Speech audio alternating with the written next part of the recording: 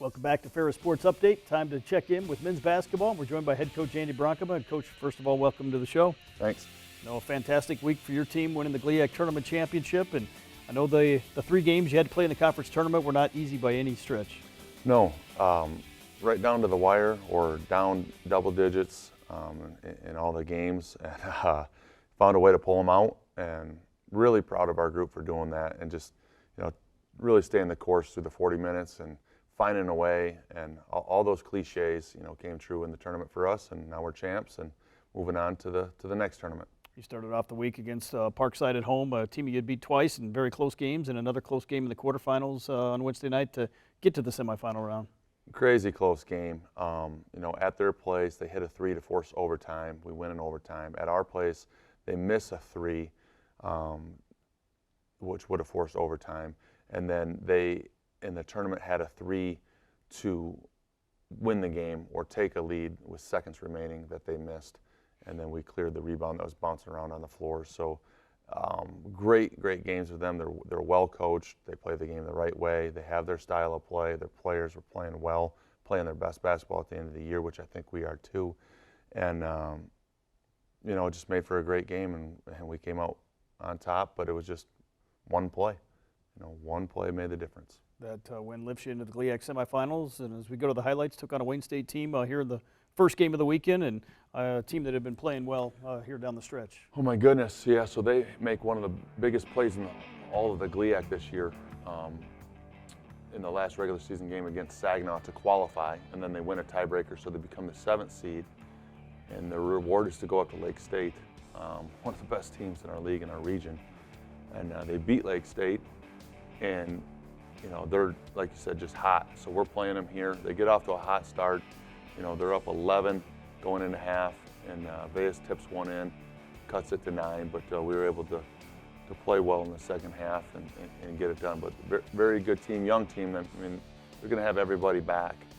So they're really building something special there, and they took some big steps. A lot of guys we recruited or that we knew, and of course, Coach Moan is over there, so we stay close with him too, and I think Brian's doing a good job in his second year. But they gave us everything we can handle. Down, as we'll see here after the tip-in from Vegas, coming up at halftime, down 9 at halftime, and you were down every game of the conference tournament and found a way to really put together some strong second halves. Yeah, we don't have to do that. That's not part of the plan at all.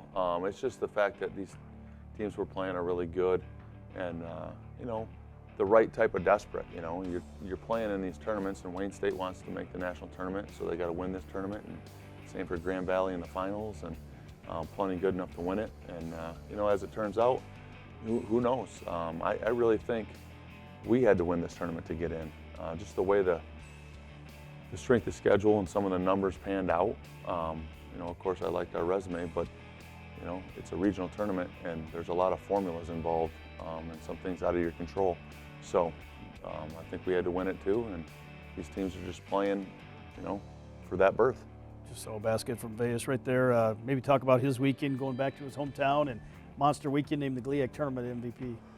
I mean, really, it's really a movie, and there's not enough time to talk about his whole story. But he started out at Northern Michigan. It didn't work out for him, and then he stayed in town, just kind of working at a grocery store. The Kurt Warner story, and ends up going to junior college and becoming an All-American for Coach Booth, who's now one of our assistants, and then to go back home and play against his brother in his hometown in the championship game, and 26 against Wayne and 16 against Grand Valley, and to be tournament MVP, and just all the other things. He's been with us for 4 years. All the other things that he's dealt with. You put the COVID year into the movie. I mean, it's really a movie, Robert. I'm telling you.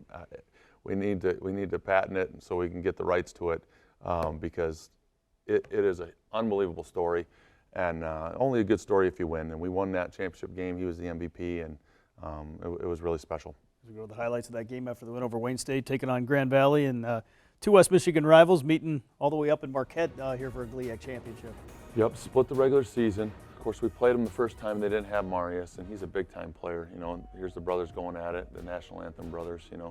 Singing that, put that in the movie, and they're meeting for the rubber match in their hometown, and just the families You know, in the semifinals, they all had to switch shirts. You know, here they're house divided, right? Some of them wearing GV, some of them wearing Ferris. And those are weird closets anyway. You don't have a lot of families. You know, I think John Coles probably has, you know, some GV and some Ferris stuff in his closet, but there's not a lot of closets out there like that. And you know, but it makes it special. And again, this game, I just don't have the pregame speech lined up, and Coach Mann certainly does, because they come out to roaring starts on us and just dominate us at the beginning. But we settled in. And in the second half, we played really well and made unbelievably huge plays down the stretch here. You see this last 10 minutes, it was tied, 10 minutes to go. It was a 10-minute game, 10-minute scrimmage. And, you know, just high glass finish there, falling on the ground. Bayes hitting threes, Mari hitting threes. You know, they're coming back and taking advantage of some of our rotations here on defense. You know, they're pressing up on Ethan. He's, you know, got 99 threes on the year, and here he is getting all the way to the basket at 6 foot and, you know, barely touched the rim. And, you know, Harris, one of the brightest young players in our league as a sophomore, just falling over and then standing up and hitting jumpers. This is great basketball. Proud of Amari here because he's been in the gym really working, and he made that shot. And Bayes has got a counter move to that hook. There it is on his brother. That, you know, that's got to be, you know, that happened in the driveway. I mean, how many times did that happen? And just the joy is special. But it's just so, sports are so crazy, because if we don't win this game, then we didn't win the regular season, we didn't win the tournament, we probably didn't go to the national tournament. And, you know, Bayes is an MVP, and we're not talking about the movie.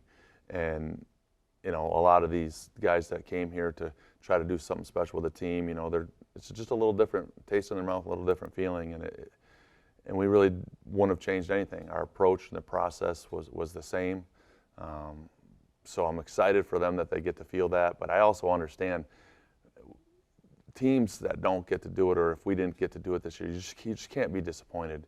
You got to be process driven, and the process leads to so many other things that are just as important. And you got to believe that, and you got to remind yourself, even when there's no reason to remind yourself, because you're feeling great. You won the championship, you're getting rings, you're buying championship T-shirts and all that sort of stuff, hoisting up trophies. But what if you don't? Is it meaningless? It's not. So it's really back and forth, and, you know, just the coaches on the other side, you know, my colleagues. I mean, I've been on that side too, and I feel for them, and you know, I wish everybody could feel that feeling, but, you know, I guess that's why sports are awesome. Well, Coach, we're out of time, but I know here, I'm excited. Here we're moving on to the NCAA tournament this week, as the Bulldogs will take on Northern Michigan coming up on Saturday night in Indianapolis. So best of luck here to the GLIAC Tournament champions. I appreciate it. Get rid of the regional tournament, NCAA. Final words from head coach Andy Bronkema. That'll do it for Ferris Sports Update. Reminder, you can follow all the action online at ferrisstatebulldogs.com. Have a great week.